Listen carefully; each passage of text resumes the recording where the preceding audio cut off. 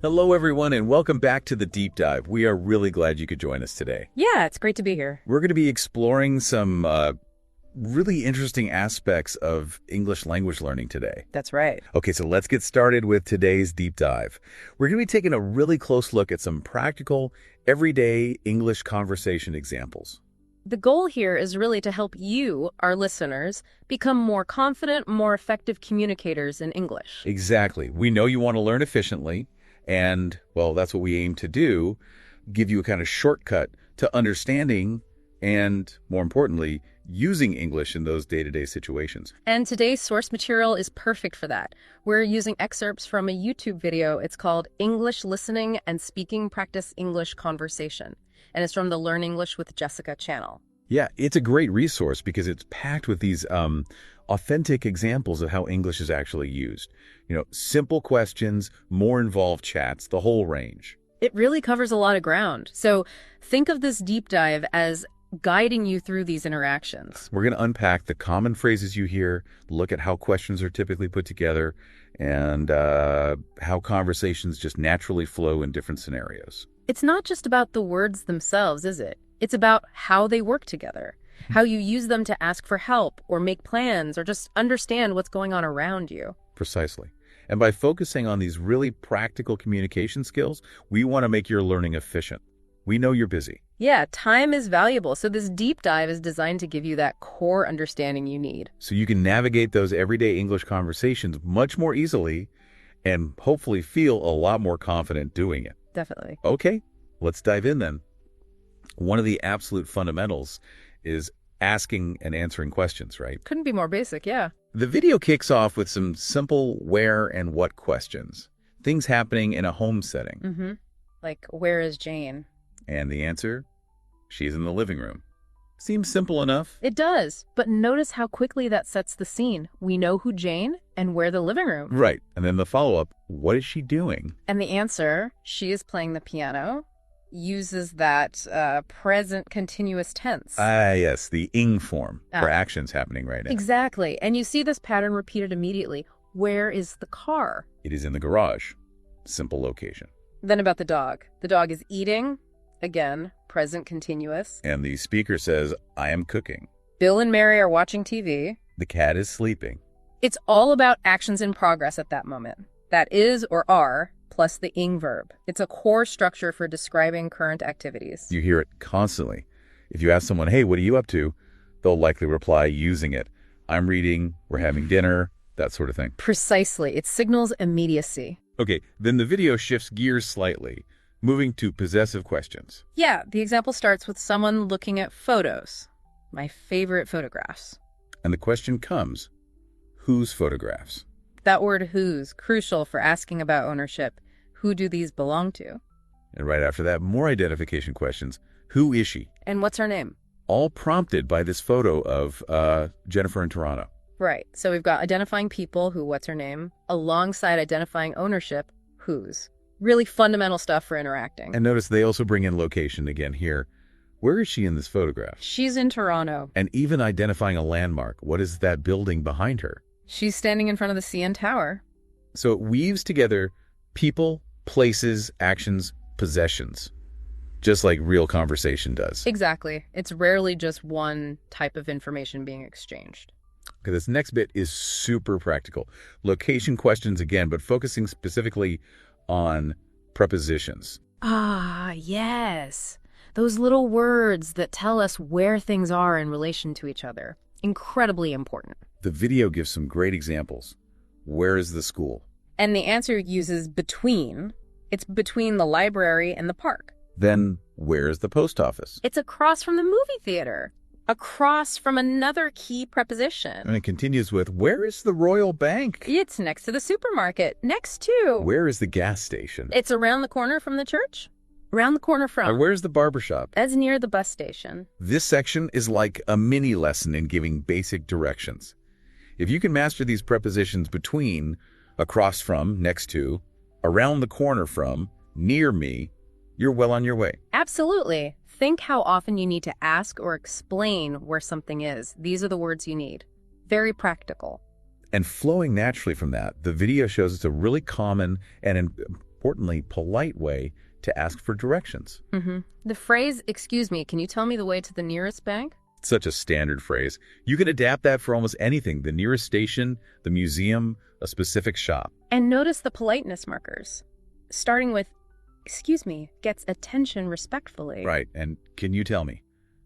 is softer than just demanding "where is." And the response in the video is interesting too. Not just directions, but an offer of help. Yeah, the person says, "Yes, it's go on Geneva Street," then adds, "As a matter of fact, I am going that way myself." That phrase, "as a matter of fact," is great for introducing a relevant coincidence. And then the offer. Yeah. "So if you come with me, I will show you." That goes beyond just words. It's active assistance. It highlights that social aspect of helping someone out, which is common in many cultures. So in just these first few segments, we've covered asking about ongoing actions, identifying people and things, talking about possession, and the absolute essential skill of asking for and giving directions using prepositions. It's a really solid foundation for basic conversation. Definitely. Okay, so building on that foundation, the video then moves into specific scenarios, kind of like mini dialogues for different situations. Right. The first one is labeled color, and it's set in a shop, a very typical retail interaction. It starts with the shop assistant approaching the customer. "May I help you?" A very standard opening line for offering assistance in a store.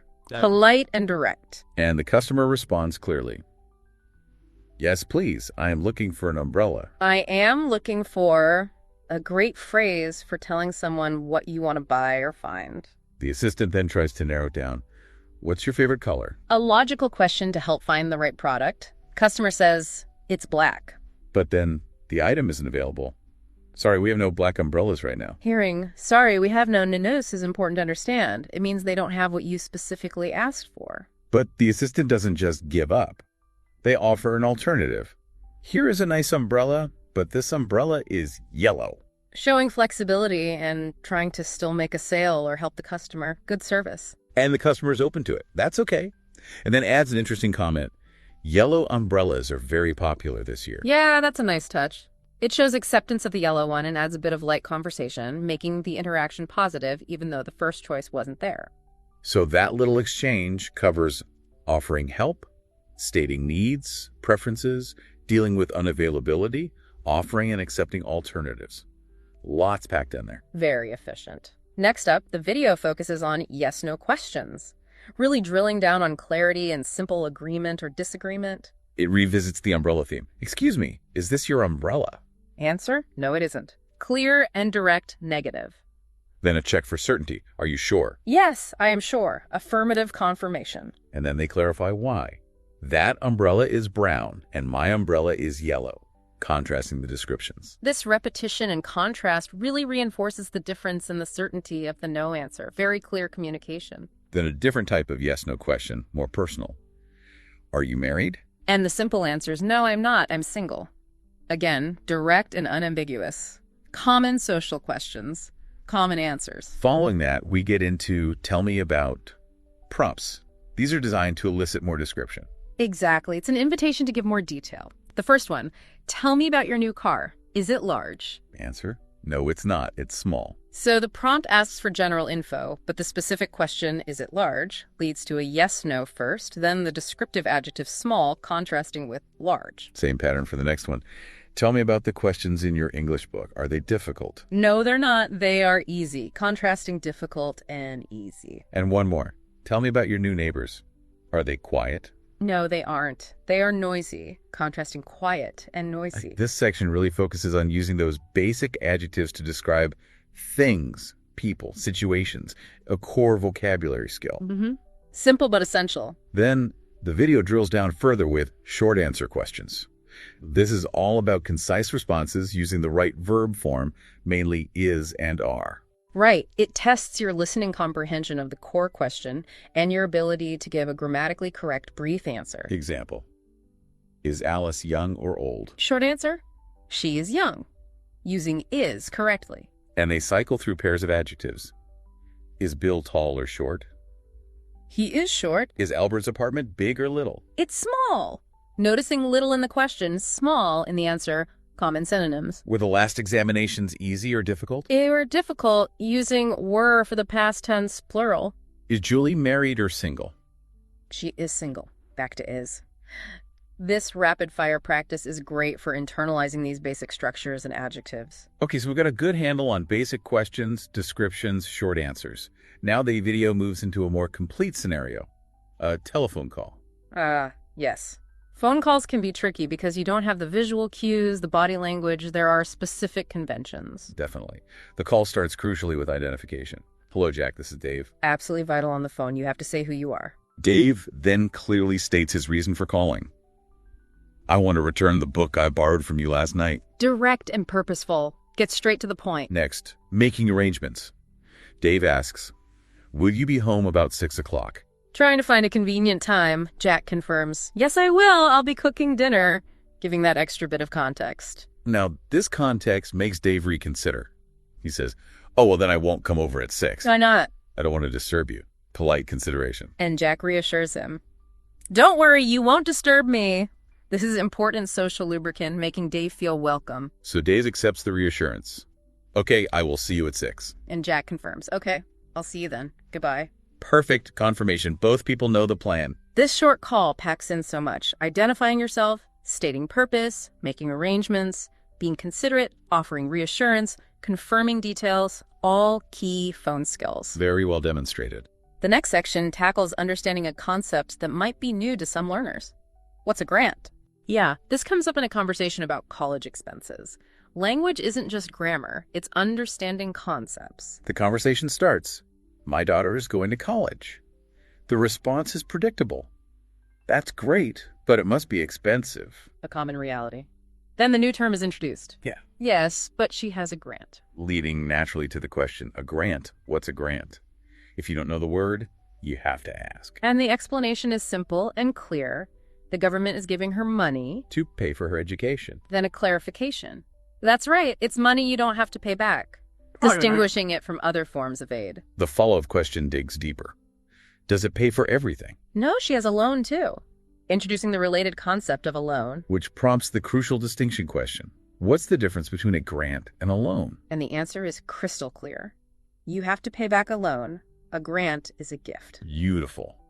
It shows how conversation naturally leads to explaining new terms and ideas by defining and contrasting them. Really useful segment. Absolutely. Moving on, the next scenario focuses on making plans and expressing preferences. Specifically, the situation, I'm busy on Friday. Oh, this happens all the time, doesn't it? Trying to schedule things with friends. Constantly. It starts with an invitation. Would you like to go to a pop concert? Standard, friendly way to suggest something. The response shows interest but needs info. Well, I'd like to, but when is it? Key detail needed. The answer, on Friday evening. But that's a problem. What a pity I'm busy on Friday. What a pity. A nice soft way to decline because of a schedule conflict. The inviter doesn't give up easily, though. Yeah. Maybe you could change your plans, and adds persuasion. It's going to be a really great concert. Trying to make it more appealing. And it seems to work. Maybe I will. I wouldn't want to miss it. Reconsidering the options. Excellent. So the plan is back on. Confirmation. Great. I'll see you Friday. Okay, see you then. Solidifies the arrangement. This covers inviting, expressing conditional interest, declining politely, suggesting changes, persuading, and confirming. All in one short dialogue. Very comprehensive. Now let's shift to health and well-being. The first bit is the bless you exchange after a sneeze. Right. A common social custom. Someone sneezes. And you say bless you or God bless you. The sneezer usually replies, thank you. Simple politeness. The conversation then naturally moves to concern. Do you have a cold? Yes, that's why I'm sneezing so much. Explaining the cause. Leading to well wishes. I hope you feel better, and the reply gives more context. Thanks, I get a bad cold every winter. Then they talk remedies. Are you taking anything for your cold? I'm taking Contact, a brand name for a cold medicine. Does it help? Yes, but it makes me sleepy. The side effect. Which leads to practical advice. You better not drive then. Good point. So this covers social customs, expressing concern, sharing health info, discussing treatments and side effects, and giving related advice. All common conversational threads when someone's unwell. Their next health scenario is, I don't feel well. Starts with someone looking for something. What are you looking for? My jacket, I'm going to the doctor.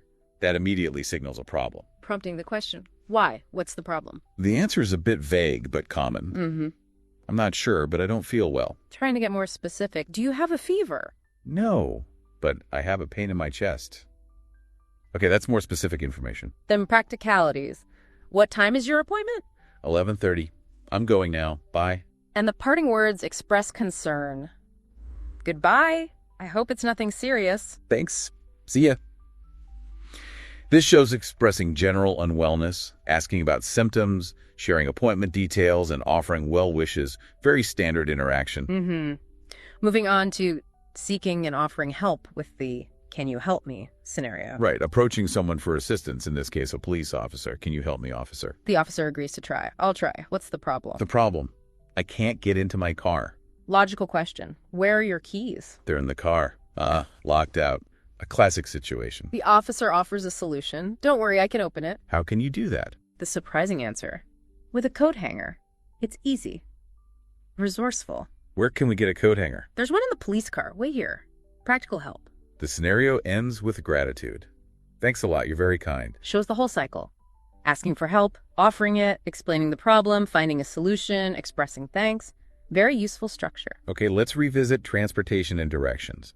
But this time specifically, taking a cab. Right, the taxi interaction. Starts with hailing. Hello, hello, trying to get the driver's attention. Driver responds. Where do you want to go? Standard question. Passenger gives the address. 70 Maple Street, please. But the driver mishears. 70 Maple Street. Happens all the time with similar sounds. Passenger corrects. No, Maple Street. M-A-P-L-E. Clarity is key. The driver tries to locate it. Maple Street. Let's see, is that near St. David Street? Trying to use a landmark? But the passenger is unsure. I don't know, I've been here for only 1 week. Reveals they're new to the area. This leads to a bit of small talk. Oh, where are you from? Toronto. Just a brief exchange of info shows how even functional interactions can have small personal touches. Covers stating destination, clarifying misunderstandings, and a little bit of small talk. Next up, daily routines and preferences in the conversation. I hate to get up. A very relatable sentiment starts with that shared feeling, I hate to get up in the morning. Me too. Instant connection. Leads to comparing routines. What time do you get up? At 6 o'clock. Why do you get up so early? Exploring the reason. I have to be at work by 7. The necessity of work. The other person contrasts their routine. I don't get up until 8. Eliciting the comment, you're lucky, expressing mild envy. Then the conversation shifts to occupation. What do you do? I own a bookstore. What time does your store open? Asking about work hours. 8:30. This covers expressing feelings, asking about routines and reasons, comparing lifestyles, and asking about work. Nice flow. Let's talk about the weather. Always a safe topic for small talk. A hot day. Starts with a complaint. This heat is killing me.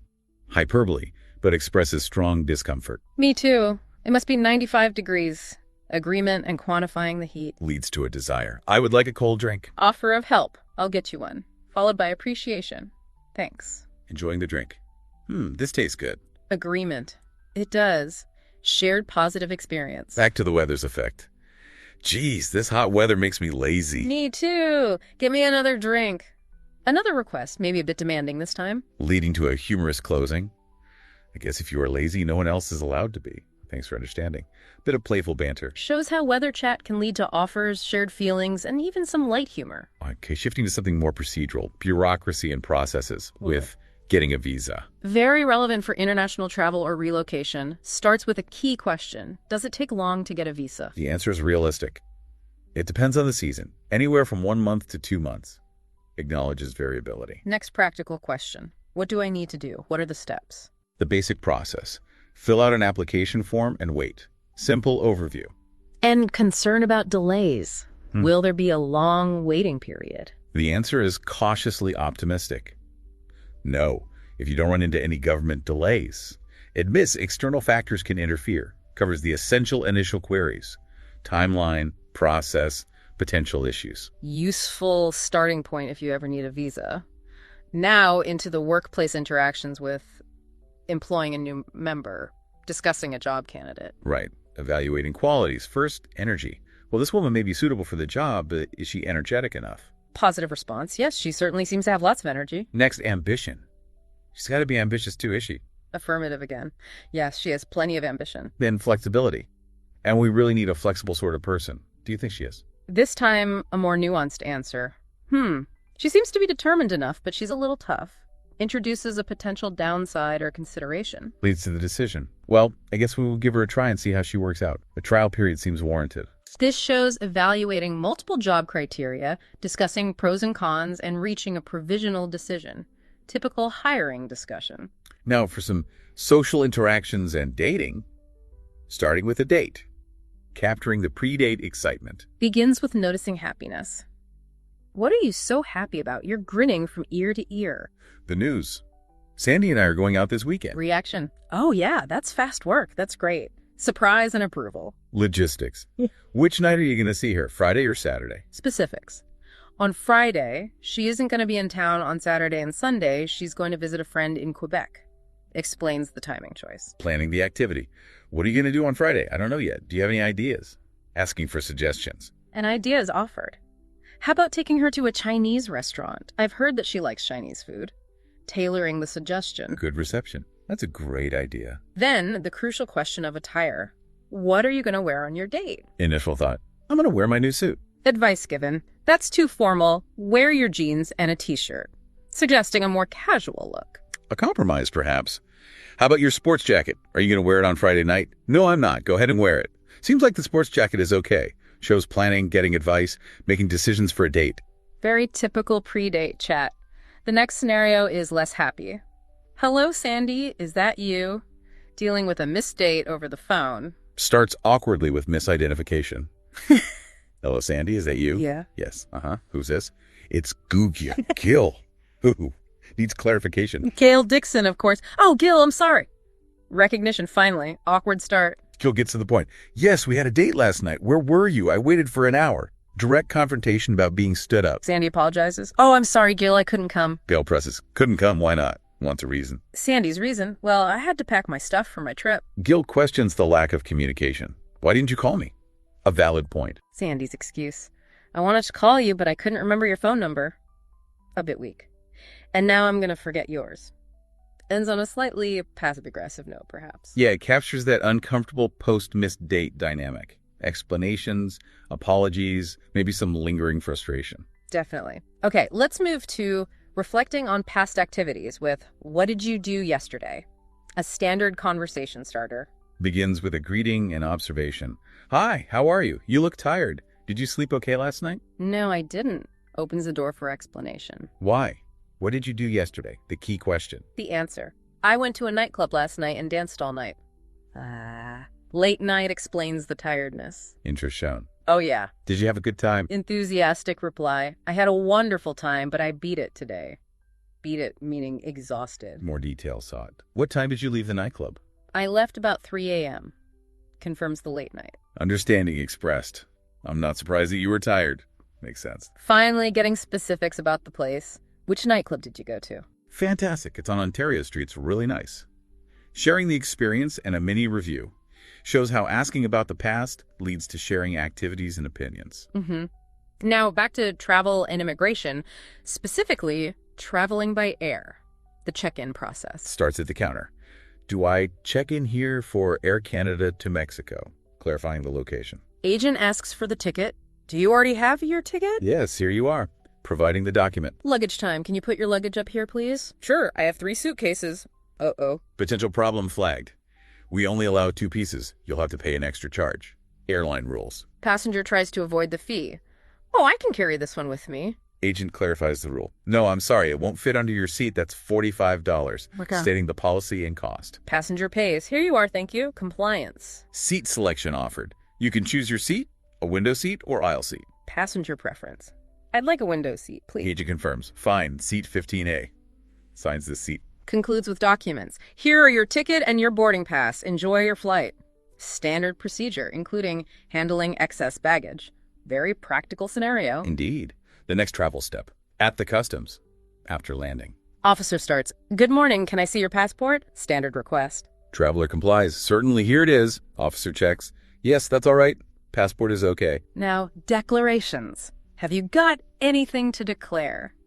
Anything to report? Traveler is honest, up to a point. Yes, I have. I've got some whiskey and some cigarettes. Declares some items. Officer asks. Quantities. How much whiskey have you got? A liter. That's all right. Within limits. And how many cigarettes have you got? 200. Fine. Also within limits. Checks perfume. What up, perfume? No, I haven't. Good. Seems okay so far. But then, inspection. Open your case, please. Uh-oh. Pardon? Open your case, please. Open it now. Insistence. To reveal. Oh dear, look at this. You've got 3 bottles of whiskey, 400 cigarettes, and a lot of perfume. More than declared. Traveler asks the consequence. Does that mean I can't go? Facing the potential penalty. Highlights the importance of accurate declarations. Big time. Don't mess with customs. Okay, shifting tone to family and life events with a new baby. A happy occasion. Starts with noticing someone's mood. Well, hello, Mr. Wallace. You seem unusually happy today. Mr. Wallace shares the news. I just became a father. Wonderful. Congratulations offered. Congratulations. A boy or a girl? The standard follow-up question. Proud father boasts. You never saw such a cute girl. 9 pounds, 3 ounces, and as cute as a button. Sharing the detail. Traditional celebration suggested. Doesn't this call for cigars? Mr. Wallace remembered. Oh, yes, I forgot about the cigars. Here, have one. Thank you. Sharing the celebratory cigar. Final check. How's your wife?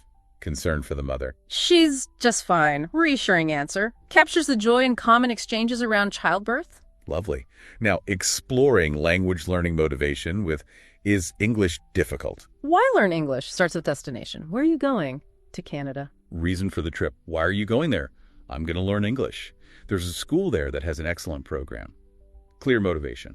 The core question, is learning English going to be difficult? Anticipating the challenge. Realistic answer. Yes, I have to study and practice a lot. Acknowledges the effort required. School location. Where is your school? It's in a town called St. Catharines in Ontario. Specific place. Other person's reaction. I'm jealous. I'll bet you're excited. Expressing positive feelings for the learner. Learner's mixed emotions. Yes, but I'm also really nervous. Excitement tempered with anxiety, very common. Perfectly captures the mindset of someone embarking on language study abroad. Next, household chores with washing his car. Observing a neighbor or housemate, perhaps. He's in front of the house. What is he doing? Washing his car again. Yes. The again implies it's a frequent habit. Contrasting habits noted. He takes good care of his car, but he never cleans his room. Different priorities. Agreement and detail. I know, it's always dirty and nothing is in order. You're right, his room is a mess.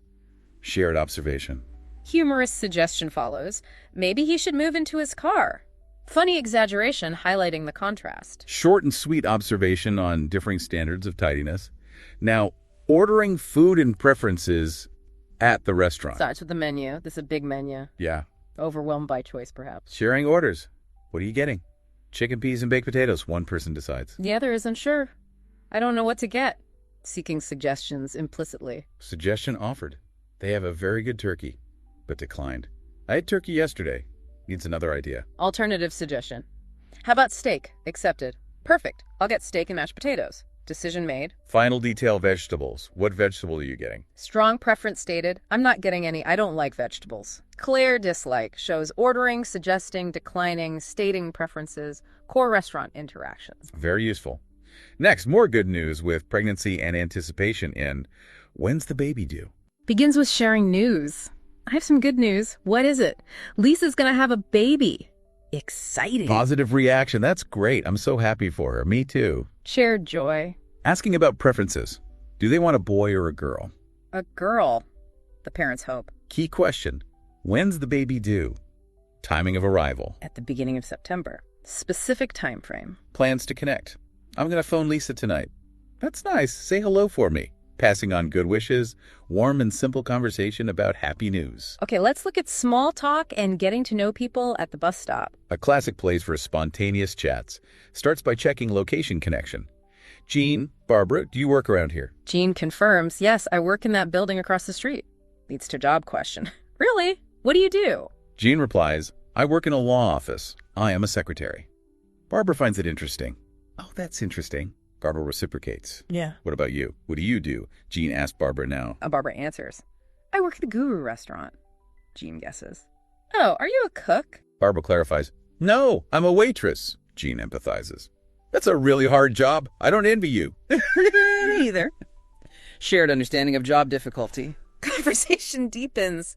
Do you live alone, Jean? No, I don't. I live with my family. How about you? That turns the question back. Barbara shares her status. I'm married now. I got married last year. Big life event. Congratulations offered. Really? Congratulations. Whom did you marry? Wants details. His name's Jeff Hunt. He lives in my building. Shares name and proximity. Final question about him. Oh. What does he do? His profession. He's a doctor. How wonderful. I'm very happy for you. Positive reaction. Shows how small talk can naturally progress from work to personal life. Great example of building rapport. Now, hobbies and interests with gardening. Starts with a compliment. Your garden is really lovely. Nice opener. Appreciation, thank you. Yeah. Then sharing involvement. I enjoy working in the garden. Do you do everything yourself? Jean explains. I trim the bush and weed the flower muds myself. Specifies her tasks. Asks about another task. Who cuts the grass? That part is outsourced. Oh, it's so big that I hire one of the boys in the neighborhood to do it for me. Yeah. Practical solution for a big job. Positive feedback on the helper. Well, I must say he does a good job. His work is more than satisfactory. Praising the quality of work. Discusses hobby tasks and satisfaction. Now, tackling dealing with frustration in A Lazy Boy, parental concerns. Starts with anger. I'm very angry with my son Harry. Why? What's the problem? Seeking the cause. The issue. He's not doing well in school. Academic struggles. Surprise expressed. That's a surprise. Harry is a smart boy. Contrasting perception with reality. Parent confirms. Yes, but he never studies. Lack of effort. Checking communication. Did you talk to his teachers? Yes, I did. What did they say? What did they say? Teacher feedback. He's a nice boy, but he's very lazy. Confirms the lazy assessment. Parent agrees. Maybe they're right. I'm afraid so. Acceptance of the feedback. Moving to solutions. Have you thought about getting him a tutor? Suggesting external help. Parent considers it. Maybe that's a good idea. I really want him to excel. Just desire for improvement, action plan. Let's go look in the phone book now then. Immediate step towards finding a tutor. Shows problem identification, discussing causes, confirming with others, and seeking solutions. A very relatable parenting scenario for some. Next. Offering and accepting rides with Can I Drive There? That's time pressure. What time is it? It's 3 o'clock. Oh no, I'm late. Realizing urgency. Destination revealed. Where are you going? To the dentist. Helpful offer made. Can I drive you there?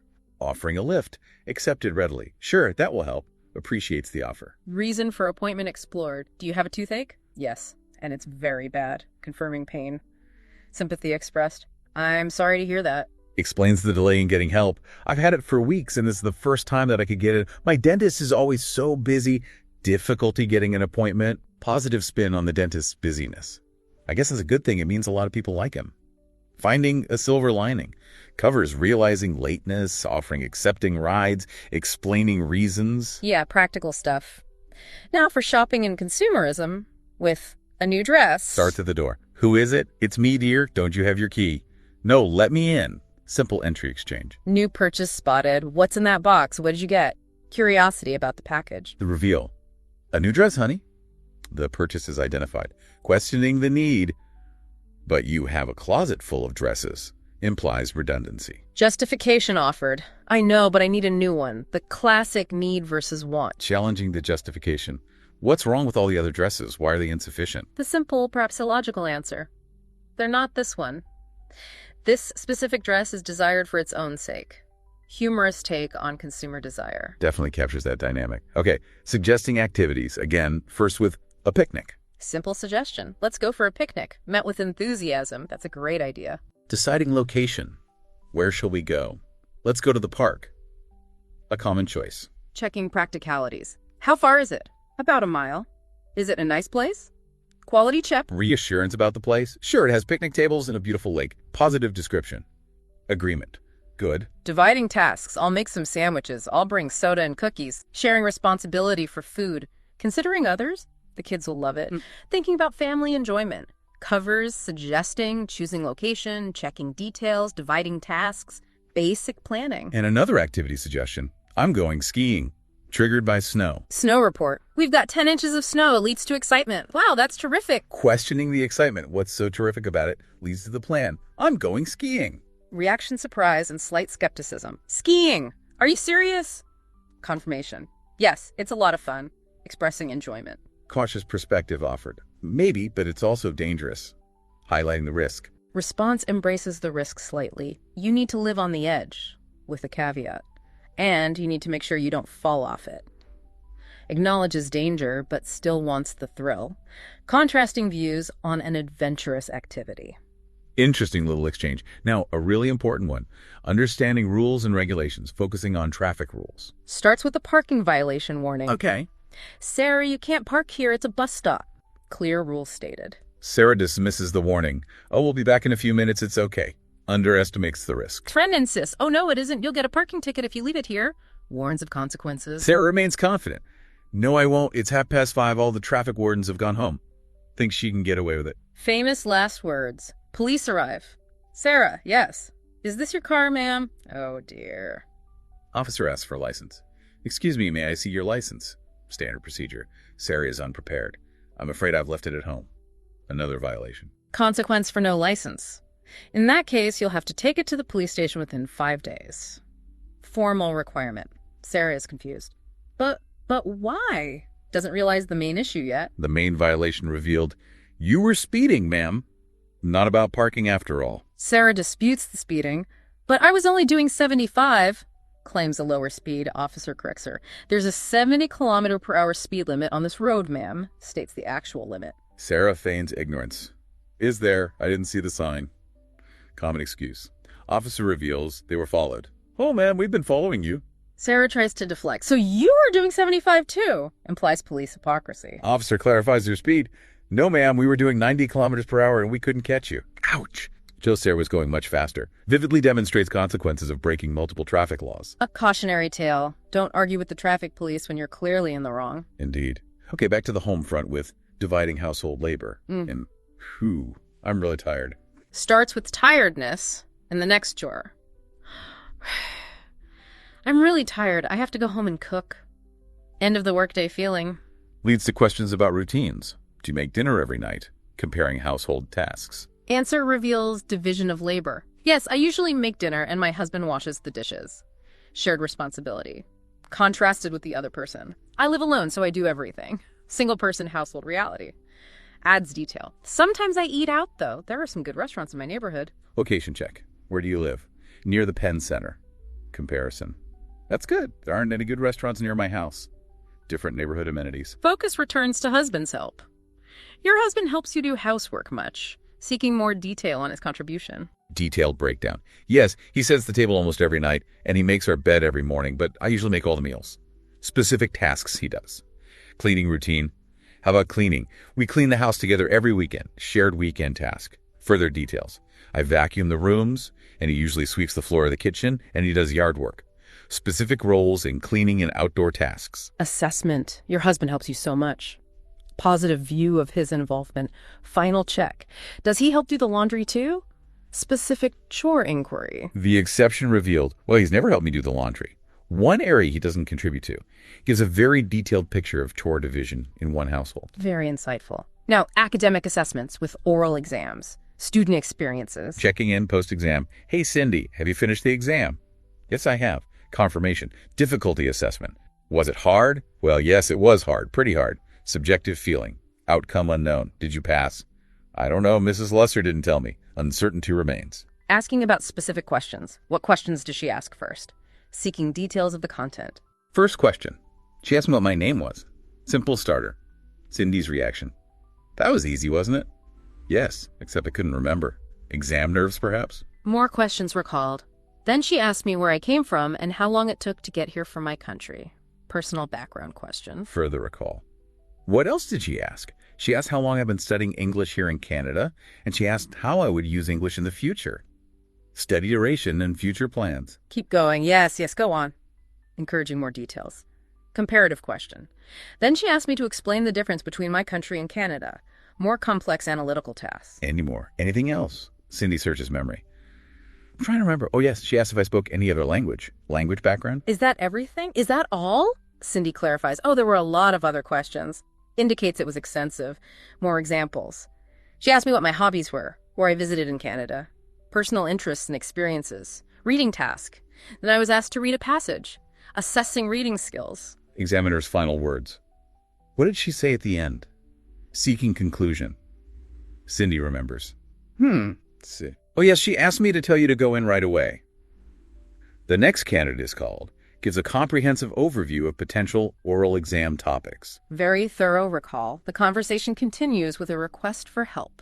Friend asks for a call. Would you call me? Seems like a plan to share results, then shifts. Oh, would you do me a favor? Sure. Willingness to help. The favor requested. Would you call me tomorrow at 6 o'clock in the morning? An early wake-up call. The reason explained. Tomorrow's my daughter's birthday. List of tasks. I want to get her a new robe, and I have to pick up the dry cleaning and pick up the cake on the bakery.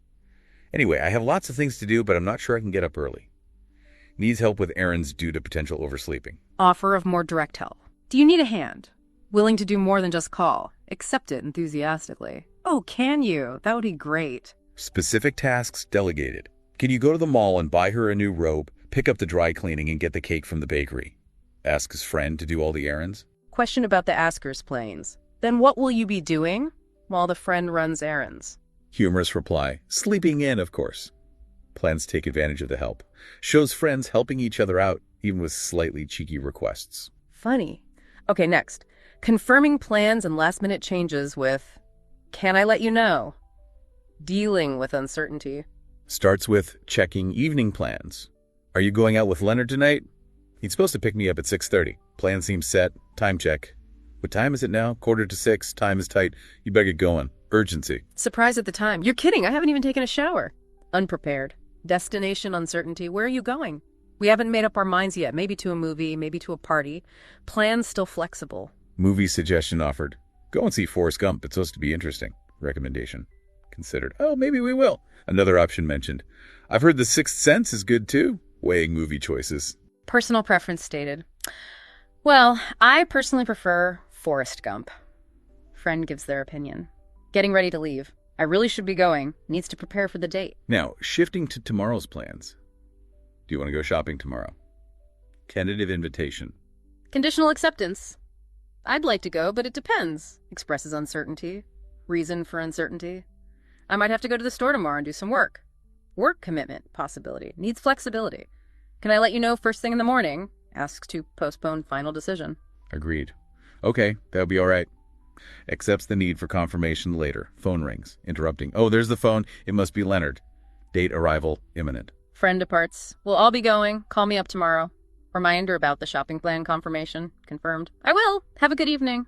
Polite closing. You too.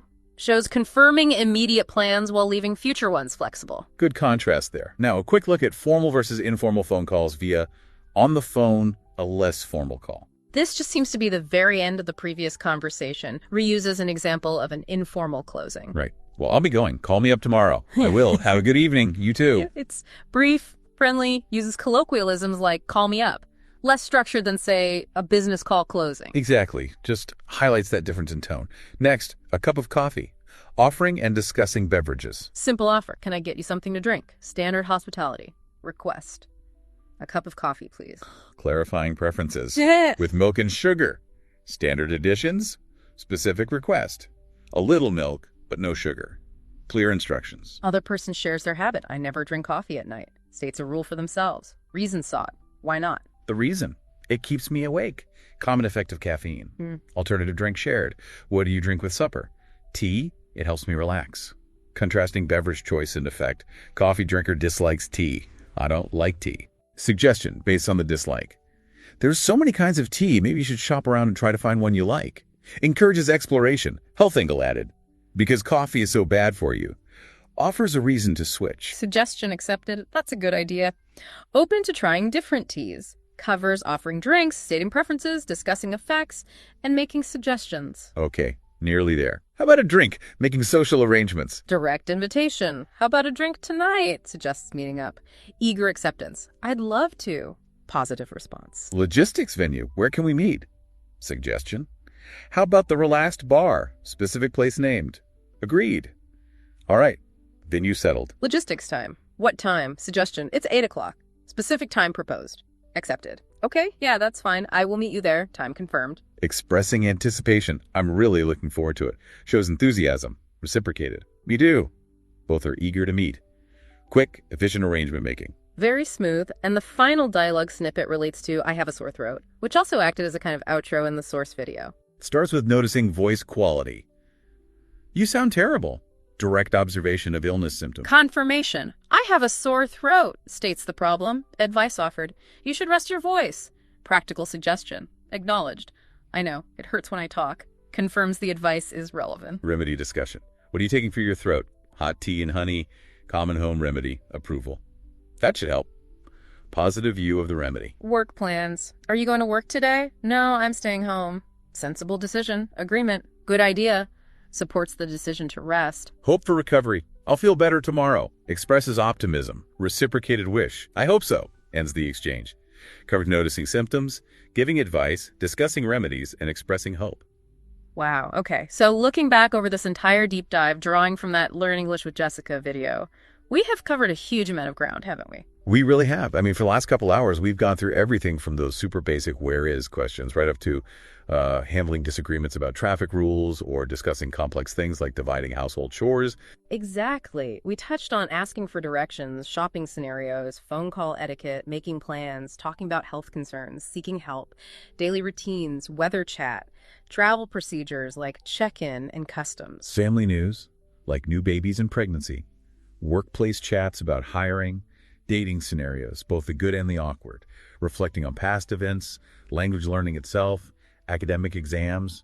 It's been incredibly comprehensive. And the real value, I think, comes from breaking down these everyday dialogues. You start to see the patterns, the common phrases, the underlying structures that people use constantly without even thinking about it. Absolutely. It's like getting a look under the hood of natural English conversation. Yeah. You've seen countless examples of common question types, phrases for different functions, agreeing, disagreeing, suggesting, complaining, congratulating. And hopefully for you listening, this deep dive has made those elements much clearer. The goal was really to give you a confidence boost, to make you feel more prepared to jump into these kinds of conversations yourself. We genuinely hope it's provided that shortcut to understanding and using these practical communication skills more effectively. Thank you so much for sticking with us through this really detailed exploration. It was a lot to cover, and we definitely recommend checking out the source, the Learn English with Jessica channel on YouTube for more great practice material. Yes, please do. And remember, the absolute key to making all of this useful, to really getting fluent, is practice. You've got to take these phrases, these structures, and actually use them. That's the crucial step. Don't just passively listen. Try to actively incorporate something you learned today into your own conversations, even if it feels a bit awkward at first. Start small. Maybe just try using a specific preposition for directions, or a polite request phrase, or even just one of those common adjectives we talked about. Every little bit of active use helps solidify it in your mind. That's how you make the language your own. So here's a final thought to take away. Can you pick just one, maybe two, phrases or question patterns from our discussion today, and make a conscious effort to use them in your very next English conversation? It could be online, in person, on the phone, doesn't matter. Just that deliberate act of trying it out. That's how progress happens, one small step at a time. Today, we're doing exactly what the name suggests. We're taking a really focused look, a deep dive into some practical English, the kind that helps you sound more like a local, less like you just walked out of a textbook. That's absolutely right. We've spent some time with a really great audio lesson, actually, and we pulled out the key stuff, specifically thinking about you, the listener. Yeah, what's the goal here? Well, the mission, if you like, is to get you past those stiff, literal translations. We want to equip you with the kind of English that, just flows naturally in everyday chats. Absolutely. And from this excellent source, we've pinpointed 5 incredibly useful English idioms. Think of this as maybe your shortcut, a way to really understand and use these phrases like you've been using them forever. Yeah, we'll break down what they actually mean, look how they're used in, real life, and give you some memorable ways to think about them so they stick. Exactly. So they become part of your English. Ready to get started? Let's do it. Let's dive in. Okay. So, kicking things off.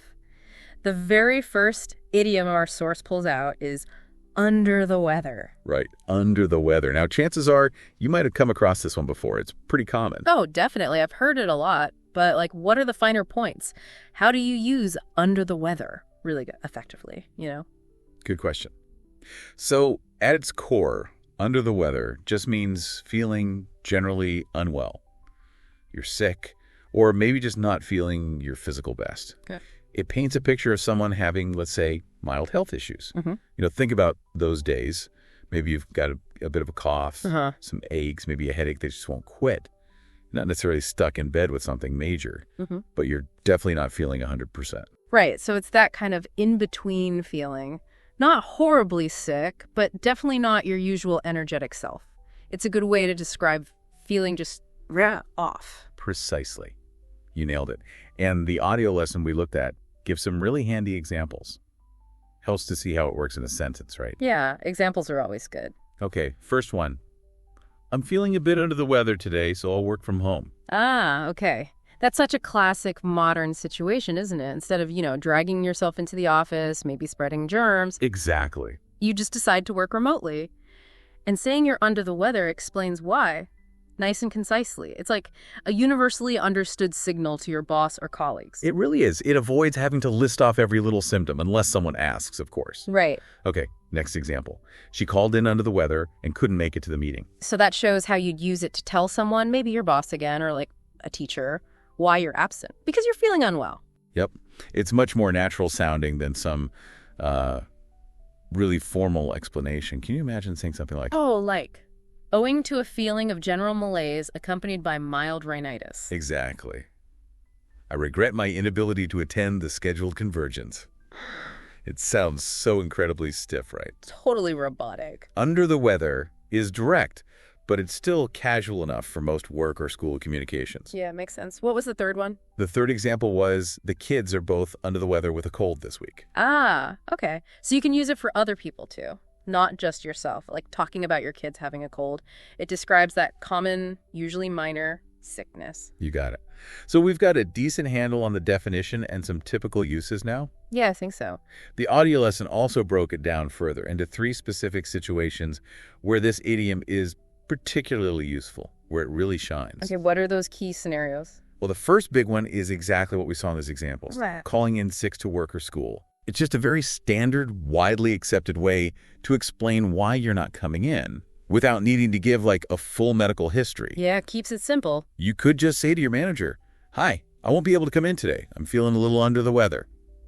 Simple as that. Or a parent calling the school. Exactly. My child won't be attending today. They're a bit under the weather. Yeah. It's efficient. It gets the necessary info across absence due to illness without oversharing. Respects everyone's time, really. Totally. Okay, what's the second situation? The second common situation is when you need to cancel social plans. Politely. Ah, yes, the awkward cancellation text. Right.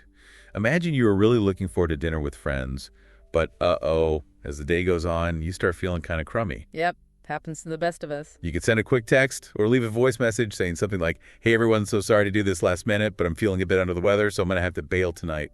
Rain check soon." Yeah, that definitely softens the blow, doesn't it? Compared to just saying, can't make it. It does. It gives a reason people immediately understand and usually sympathize with, much better than a vague something came up, which can sound a bit dismissive. True. Okay, and the third one? The third key situation is when you're just generally describing mild illness symptoms to someone. Now, the source audio made a really important point here. Oh, yeah. What's that? Under the weather is typically for the more minor, temporary stuff. You probably wouldn't say you're under the weather if you've got, like, a raging fever, the full-blown flu, or something more serious. Ah, okay. So it implies it's not too bad. Generally, yes. It's more for those vague feelings of just not being quite right. You might say to a colleague, I don't know what it is, but I've just been feeling a bit under the weather all day. So it's a way to acknowledge you're not at your best without being overly dramatic about it. Precisely. It's practical, common, and gets the point across concisely. A great phrase for everyday communication about health. Cool. That's really clear. Ready to move on to number 2?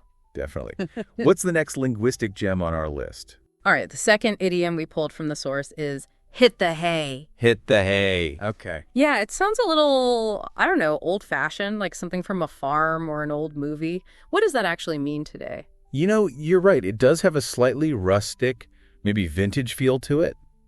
But surprisingly, perhaps, it's still a perfectly common and well-understood way to say you're going to bed or going to sleep. Really? Just go to sleep. That's the long and short of it. That's the essence, yeah. Simple as that. And actually, the instructor in the audio lesson we used shared a little personal anecdote about it. Oh, yeah. Yeah, apparently they're a super early bird.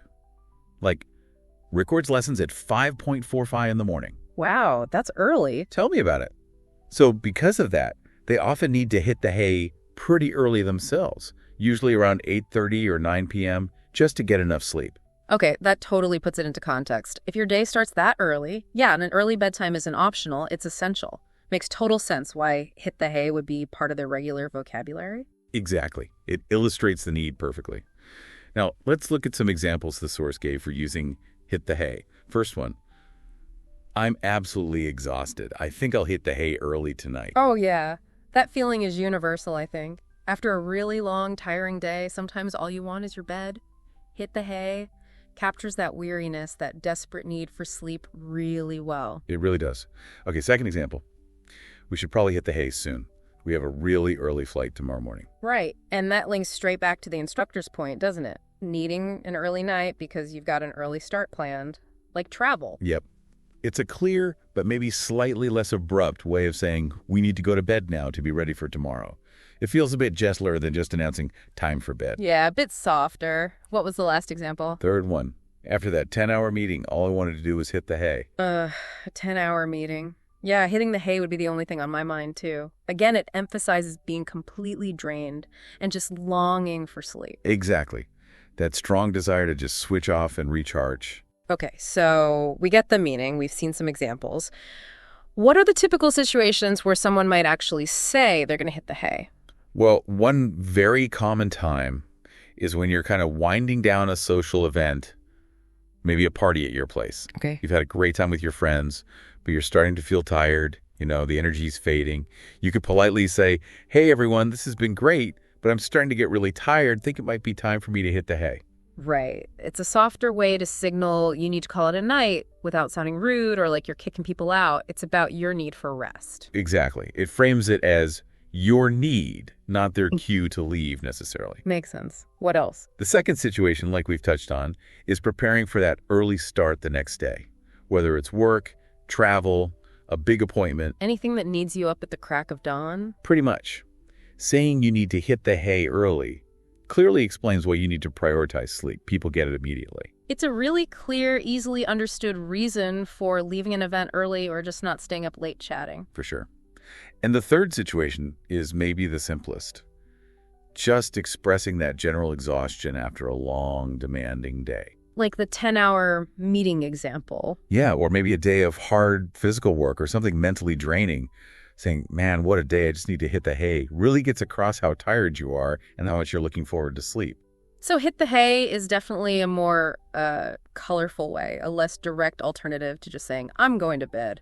Adds a bit of personality. It does. It makes your language a little warmer, maybe even a touch humorous, depending on the context. Less formal, certainly. Cool. Another good one to have in the toolbox. Ready for number 3? Absolutely. Lay it on us. What's next? All right, our third idiom in this deep dive is spill the beans. Spill the beans. Yeah, that one really creates a mental image, doesn't it? Like literally dropping a can of beans all over the kitchen floor. It does. Yeah. A bit messy. But idiomatically, what's it really about? It's not about kitchen accidents, right? No, not at all. Yeah. Although the image works quite well, actually. Spill the beans means to reveal a secret or to share information that was supposed to be kept private. Ah, okay. So it's like letting the cat out of the bag, letting a secret slip out, maybe by accident, maybe not. Precisely. Think of it as divulging something, telling something that was meant to be kept quiet, kept under wraps. The source audio had some great examples for this one, too. Let's hear them. First one. Come on, spill the beans about your last date night. Huh. Okay, yeah, you definitely use that in a very lighthearted way, wouldn't you? When you're curious and you want all the juicy details. Exactly. It's often used really informally when you're kind of playfully trying to get someone to share some personal news or gossip. Right. Okay, what else? Second example. Someone finally spilled the beans about the surprise party. Ugh, the classic scenario. The carefully planned surprise is ruined because someone couldn't keep the secret. There's often a bit of amusement mixed with maybe some actual disappointment there. Totally. It captures that moment of revelation perfectly. And the third example is more of an instruction. Don't spill the beans to your sister about her birthday gift. Okay, so that's a clear warning. Keep this specific information secret. Don't reveal it. Exactly. Keep it confidential. All right, so the core meaning is clear, revealing secrets. What are some typical situations or contexts where you'd actually use spill the beans? Well, one really commonplace is during those casual, informal chats with friends. And, the audio lesson did add a little note here about being mindful, not getting into harmful gossip. Right. point. But acknowledging that, realistically, this is often how the idiom gets used. When you're eager to hear some news someone has, you might say to a friend, "So I heard you have some exciting news. Come on, spill the beans." Yeah, it's that moment of friendly curiosity, isn't it? You want the inside scoop, the update on what's happening in their life. Exactly. Then the second situation is maybe when you're trying to gently nudge someone into sharing information they seem hesitant about. Okay. Now, again, the source rightly flagged this. You've got to respect privacy. Don't push people inappropriately. Absolutely. But in a situation where someone's clearly holding back something and you're genuinely curious and it feels okay to ask, you could playfully say, "Listen, I know something's up. Just spill the beans." Right. It's trying to be persistent, but hopefully in a light, non-threatening way. Definitely need to read the room on that one. Judge the person's comfort level. Absolutely crucial. Right. And the third situation is the flip side. When you're the one telling someone not to reveal something, you're explicitly warning them to keep a secret. Like the birthday present example. Exactly. You might say something like, "Please, whatever you do, don't spill the beans about this project to anyone yet. It's really important it stays between us for now." That's a very clear, direct instruction to maintain confidentiality. It emphasizes the importance of keeping quiet. It does. So yeah, spill the beans. It's a nuanced idiom about revealing private info, mostly used in social, informal settings. Ready for number 4. I am indeed. What's the next one on our list? Bring it on. Okay, the fourth idiom we're digging into is butterflies in my stomach. Butterflies in my stomach. Yeah. That's such a vivid phrase. You can almost feel it, can't you? That fluttery sensation. What does it represent idiomatically? It's a fantastic idiom because it so perfectly describes that feeling of nervousness or anxiety you get about something. Yeah. And it's often tied directly to that actual physical sensation in your stomach, that light, fluttering, maybe slightly queasy feeling you get before something big or stressful. Yes.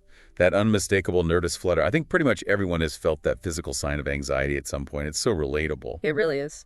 And the audio lesson gave some spot-on examples of when you might feel this. First one, I get butterflies in my stomach before every single presentation I have to give. Oh, tell me about it. Public speaking. Yeah. It's a huge source of anxiety for so many people, isn't it? Even people who do it all the time. That pre-speech nervousness is definitely butterflies. It absolutely is. Okay, next example.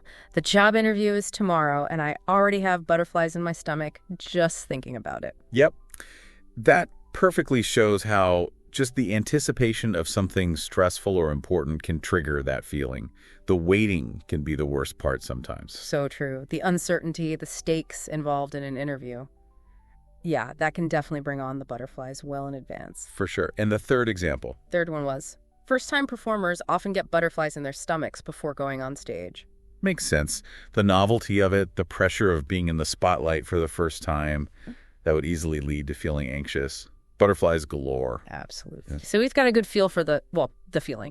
What are the typical situations where someone would actually say they have butterflies in their stomach? The first, and probably most common, is definitely before any kind of public speaking or performance. Just like those examples. Presentations, plays, music. Exactly. A formal presentation at work, a school play, a musical recital, even giving a toast at a wedding. That pre-event flutter. Classic butterflies. It's almost like a physical sign that you're about to do something that, matters to you. Yeah. Or maybe something that pushes you out of your comfort zone a bit. That's a great way to put it. Yeah. Okay, second situation.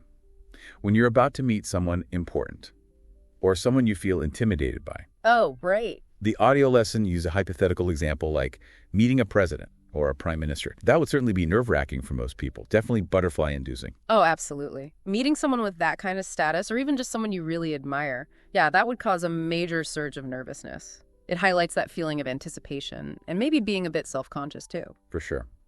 And the third main category of situations is leading up to significant life events or major changes. Ah, the big milestones. Exactly. The source listed several good examples. Graduating from school or university. Yep. Starting a new job. Expecting a baby. Getting married. Moving to a new city or country. Wow, yeah. Those are all huge transitions. They come with excitement, sure, but also a lot of uncertainty about what's next. Butterflies totally captures that mix of emotions. It really does. That blend of anticipation and maybe a little anxiety about the unknown. So yeah, Butterflies in my stomach, such a wonderfully descriptive phrase. Mm-hmm. Very relatable, easily understood.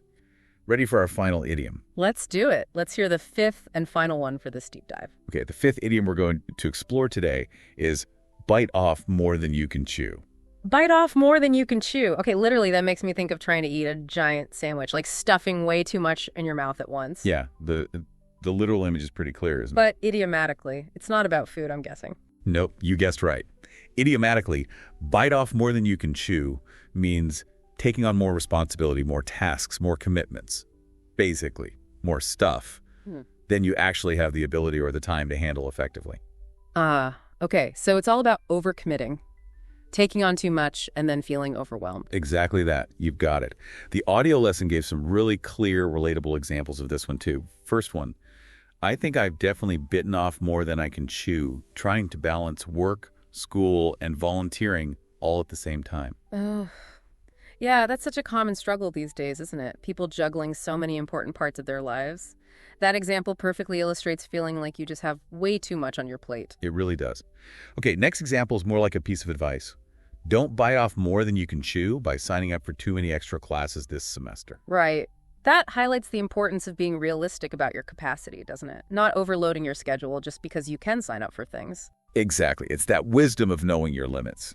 It's usually better to take on a manageable amount and do it well, rather than stretching yourself way too thin and maybe doing a poor job across the board. So true. Quality over quantity sometimes. What was the third example? The third one showed the potential consequences of not being realistic.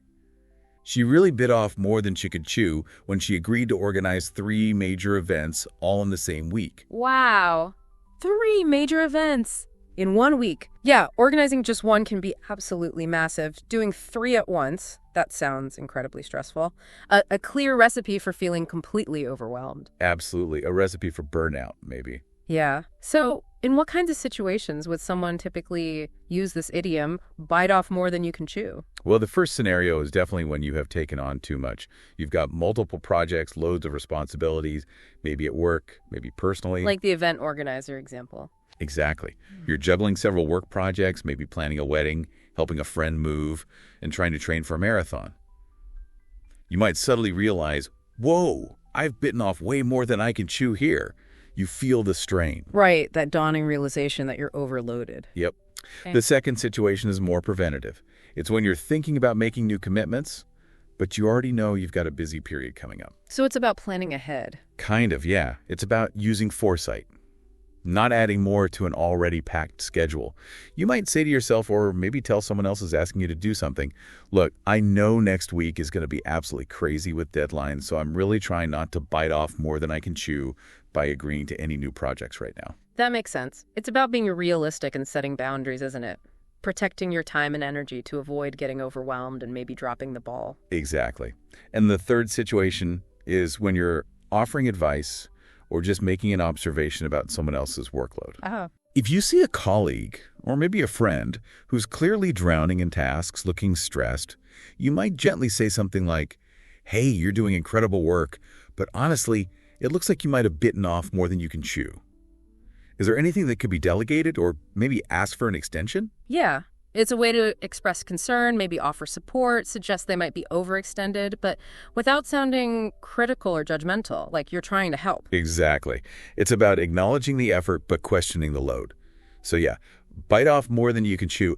A really practical, widely used idiom for talking about workload, capacity, and the danger of overcommitting. Okay. And that, believe it or not, wraps up our deep dive into these 5 really useful idioms from the audio lesson. Wow, that was brilliant. Such a clear and really insightful breakdown of each one. So just to quickly recap for everyone listening. Good idea. We learned under the weather means feeling unwell, maybe a bit sick. Right. Hit the hay means going to bed or going to sleep. Yep. Spill the beans is all about revealing a secret. Got it. Butterflies in my stomach describes that feeling of nervousness or anxiety. The fluttery feeling. Exactly.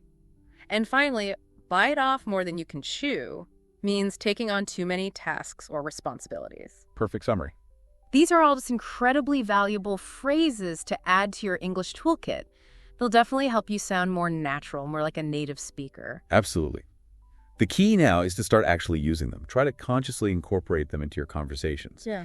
Even if it feels a bit forced at first, with a little practice, they'll start to feel natural. Yeah, you'll probably find your English sounds more expressive, more idiomatic. Definitely. And you know, the audio resource we used wasn't just definitions and examples. It also included this really great personal story that illustrated one of the idioms beautifully. Which one was it again? Ah, yes, it was Spill the Beans. That fantastic story about the surprise birthday party in South Korea. That's right. It was such a great way to see the idiom, or rather, the not doing of the idiom in action. Can you give our listeners a quick reminder of the setup? Sure thing. So, the instructor, the person telling the story, was living and working in South Korea at the time. They were part of a big group, actually, of missionary English teachers. Okay. And they mentioned a few key personality traits that become important later. Really passionate about teaching, loves making friends and family feel special, enjoys organizing things, and is very, very punctual. Remember the punctuality. Got it. Organizer, punctual, likes making people feel special. Okay. Yeah, exactly. So the main plan, as far as the instructor knew, was to throw a going-away party for one of their friends who was about to head back home to London. Okay, a farewell party. Yep. And it was a pretty big group involved in the secret planning, maybe 30 or 40 people. Yeah. So keeping that quiet was already a bit of a challenge. Yeah, with that many people, the risk of someone spilling the beans is pretty high. You'd think so. Ah. Okay, so fast forward to the evening of the supposed going-away party. The instructor is at their apartment getting ready with their roommate and another close friend. And this is where things start feeling off. Their friends start acting weirdly. Like unusually chill, maybe asking strange, distracting questions, not seeming very rushed. Okay. That would definitely seem odd, especially to someone who's punctual and has a plan in mind. Suggests something else is going on. Exactly. The instructor was getting eager to leave, wanted to get to the venue, which was just in the apartment complex behind theirs, so very close to make sure everything was ready for the friend's party. But the roommate and other friends seemed weirdly unhurried, kept finding little reasons to delay leaving. You can just picture the instructor getting increasingly impatient, right? Like, come on, guys, we're going to be late, and probably a bit confused by their friend's strange behavior. Totally. So eventually they finally walk over to the friend's apartment where the party is meant to be. And just as they get there, the friend who lives there makes this slightly odd suggestion. What was that? They insisted that the instructor should be the one to knock on the door first. Huh. Exactly. Yeah. It seemed a bit strange to the instructor who was just focused on, getting the party started for their London-bound friend. Yeah. Being on time was the priority. Okay, the plot is definitely thickening here. You just know something's about to happen. Right. So the instructor thinks, okay, weird, but whatever, and knocks on the door. A voice from inside calls out, "It's open." And they open the door, and the entire room just erupts. A massive shout of surprise. Ah! But here's the hilarious part. The instructor's immediate reaction was actually to shush everyone, like, shh, be quiet. No way. Why? Because they genuinely thought they'd arrived too early. They thought they'd walked in while people were still setting up the going-away party and had ruined that surprise. Oh, that is brilliant. The irony. Thinking they were early for someone else's party only to be the one getting surprised. Exactly. Yeah. Everyone in the room was looking right at the instructor, shouting, "Brian's surprise, happy birthday." And it took a few moments, they said, for it to actually click. To register that the surprise wasn't for the friend leaving at all. It was a surprise party for the instructor's own 27th birthday. Wow. What a fantastic twist. And what an incredibly well-executed surprise. They really pulled it off. They really did. It turned out all that weird behavior from the friends earlier, the stalling, the odd questions, was all part of this super elaborate plan to keep the birthday totally secret. Amazing. They'd even gone as far as telling the instructor the party was for the friend leaving, and telling the friend leaving that the party was for the instructor. A kind of double-blind surprise plan. That is some next-level secret-keeping. Masterful. They absolutely, definitely did not spill the beans. Not a single bean was spilled. It was incredibly impressive. The instructor said it was the best surprise they'd ever received. I can imagine. And apparently, the fun didn't stop there. The celebrations continued all weekend with a nice dinner cruise and a movie night. Ah, that's lovely. What a genuinely heartwarming story. It's about great friends, thoughtfulness, and the pure joy of a surprise that actually works. And yeah, it really brings spill the beans, or rather not spilling the beans to life, shows the positive outcome of keeping a secret well. It really does. And like the instructor pointed out, it highlighted that value of good friends, the joy of making them feel special, both in planning the original party and in receiving that amazing birthday surprise. A really nice full circle moment. Totally. So there you have it, everyone. We have taken an incredibly thorough deep dive into these 5 really essential English idioms. We really got into them. We did. Under the weather, hit the hay, spill the beans, butterflies in my stomach, and bite off more than you can chew. We've looked at what they mean, seen how they work in real sentences, and talked about the specific situations where you're most likely to hear them or use them yourself. Yeah, hopefully this has given you some really valuable insights. Practical tools you can use right away to make your English sound more natural, more confident. Absolutely. The next step is yours. We really encourage you, as you're speaking English this week, try to consciously listen for these. And maybe even try using 1 or 2. Definitely. Even if it feels a little strange at first, just give it a go. With a bit of practice, they really will become a natural part of how you speak English. You'll likely notice a difference in how fluent and expressive you sound. And that brings us towards the end of this particular deep dive, exploring these fantastic English language resources. Thank you so much for joining us today, for investing your time in learning with us. We really appreciate it. We absolutely do. We sincerely hope you found this session useful, insightful, and maybe even a little bit fun, and that you feel more comfortable now, more confident, understanding, and maybe even using these common English idioms. And just before we wrap up completely, we want to leave you with a little something to think about. A final thought. Consider this. How might getting a really good handle on idioms like these, understanding them, using them well, how might that do more than just improve your fluency? Good question. What else? Well, how might it actually deepen your connection with other English speakers? How could it give you a richer appreciation for the culture that's kind of embedded within the language itself? Oh, that's a great point. It's not just about the words, is it? Not at all. It's about understanding those nuances, those shared cultural references that idioms often carry. It's a deeper level of communication. That's a really important idea to reflect on as you continue your language journey. Yeah. And on that note, a huge thank you truly to each and every one of you who stuck with us right to the very end of this deep dive. Yes, thank you. We really appreciate you tuning in, listening actively, and being part of this.